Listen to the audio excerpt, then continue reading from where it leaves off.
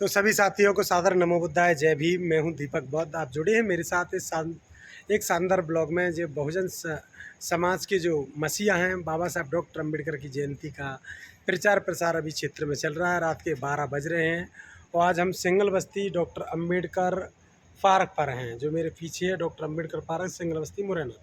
यहाँ पर हमारे साथ जुड़े हैं वरिष्ठ पत्रकार हेमंत सागर जी, जो कि हमें पानी पिलाने के लिए आए हैं। हमारे तमाम साथियों को उन्होंने पानी पिलाया है। और बाबा साहब डॉक्टर अम्बेडकर जयंती पर उनके क्या विचार हैं, रात को 12 बजे क्या कुछ यादें उनकी पुरानी जो ताज़ा हुई हैं उनके बारे में उनसे जान लेते हैं। और बाबा साहब की जयंती मुरैना के अंदर कब से मनाई जाती है। तो भाई साहब, आपका स्वागत है इस ब्लॉग में। बहुत बहुत धन्यवाद दीपक बौद्ध जी। ये अम्बेडकर जयंती जो चल समारोह है 1970 से निकाला जा रहा है। चूँकि पहले दो ही मोहल्ले, दो ही कॉलोनियाँ दलितों की थी, एक सिंगल बस्ती, एक उत्तमपुरा। तो सिंगल बस्ती से ही पीपलौली माता से शुरुआत हुई इस जयंती चल समारोह की।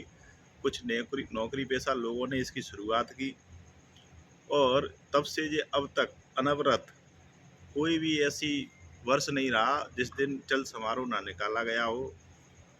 कुछ परेशानियां बीच बीच में आई, जैसे कि कोविड की परेशानी आई बीच में। एक बार 2 अप्रैल के बाद भी जो एट्रोसिटी एक्ट के लेकर जो आंदोलन हुआ था उसके बाद भी परेशानी आई। लेकिन उस परेशानियों का सामना करते हुए भी आज तक अनवरत बाबा साहब भीमराव अम्बेडकर समन्वय समिति इस चल समारोह को निकालती आई है और काफ़ी हर्षोल्लास से निकाल रही है। क्या कहेंगे, बाबा साहब डॉक्टर अम्बेडकर की 133वीं जयंती है। लोगों को बाबा साहब की कौन सी बातों को मानना चाहिए? लोग आज भी बाबा साहब के से ज़्यादा पूरी तरह से अनजान हैं, मतलब पूरी तरह नहीं मान पाते हैं और ना ही जान पाए बाबा साहब को, सिर्फ तस्वीरों की पूजा करते रहते हैं। क्या कहेंगे?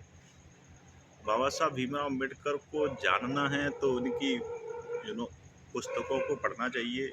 जो उन्होंने वॉल्यूम लिखे हैं उनको पढ़ें, संविधान लिखा है उसको भी पढ़ें। और संविधान में जितने भी हक अधिकार अनुसूचित जाति जनजाति की सुरक्षा के लिए, सुविधाओं के लिए जो लिखे हैं उनकी जानकारी होना अनुसूचित जाति जनजाति के लिए बहुत ही अति आवश्यक है।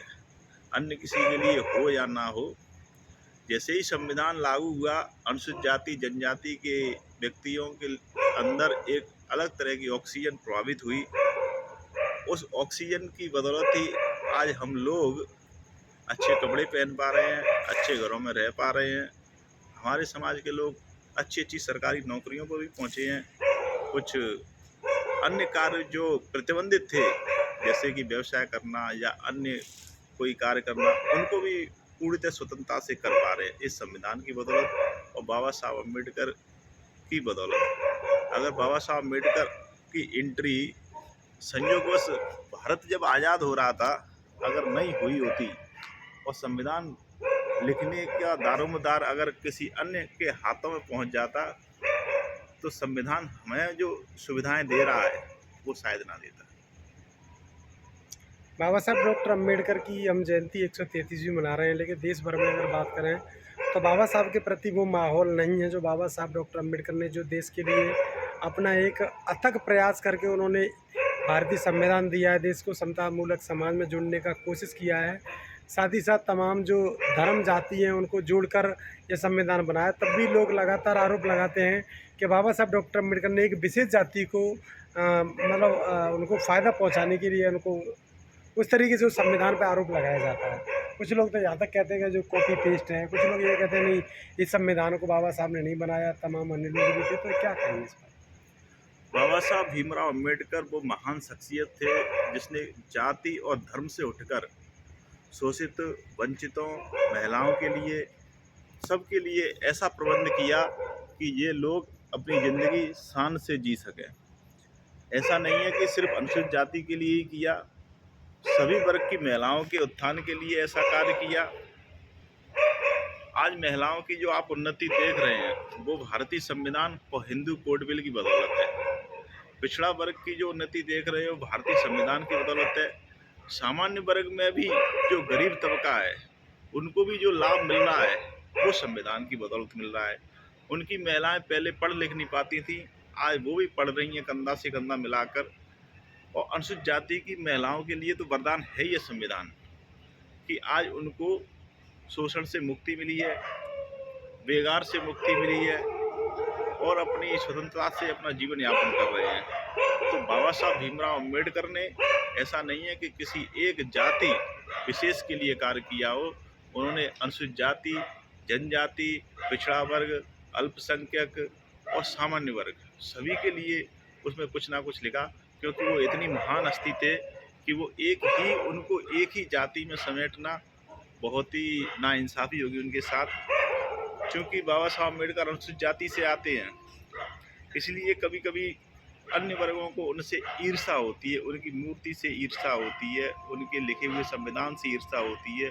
क्योंकि पहले कुछ वर्ग मलाई खा रहे थे, कुछ वर्ग सिर्फ ऊपर बैठे थे और बाकी के जो नीचे था अपना 90% समाज वो बेगार में लगा हुआ था। तो बेगार की समाप्ति की गई इस संविधान की बदौलत। इसलिए कुछ 5% लोग बाबा साहब अम्बेडकर से थोड़ी सी ईर्ष्या रखते हैं, लेकिन उनकी जो ईर्ष्या जैसे जैसे वो पढ़ते चले जा रहे हैं संविधान को या अपने हक अधिकारों को, जैसे जैसे उनके अंदर शिक्षा की ज्योति जग रही है, तो वो उन्होंने भी ईर्ष्या करना बंद कर दिया बाबा साहब। चलिए, तो आज के लिए इतना ही। हमारे साथ हेमंत सागर जी ने बड़े ही बाबा साहब डॉक्टर अम्बेडकर के बारे में पढ़ा है और उनको जाना भी है, और ऐसे ही लोगों को समझना और जानना चाहिए। तो लगातार बनी रही इस ब्लॉग में, हम आपके लिए और तरह तरह के ब्लॉग लेकर आ रहे हैं। बाबा साहब डॉक्टर अम्बेडकर जयंती, साथ ही साथ फुले साहब की जयंती पर भी हम एक शानदार ब्लॉग कल लेकर आएंगे आपके लिए। तो बने रहिए हमारे साथ। बहुत बहुत धन्यवाद।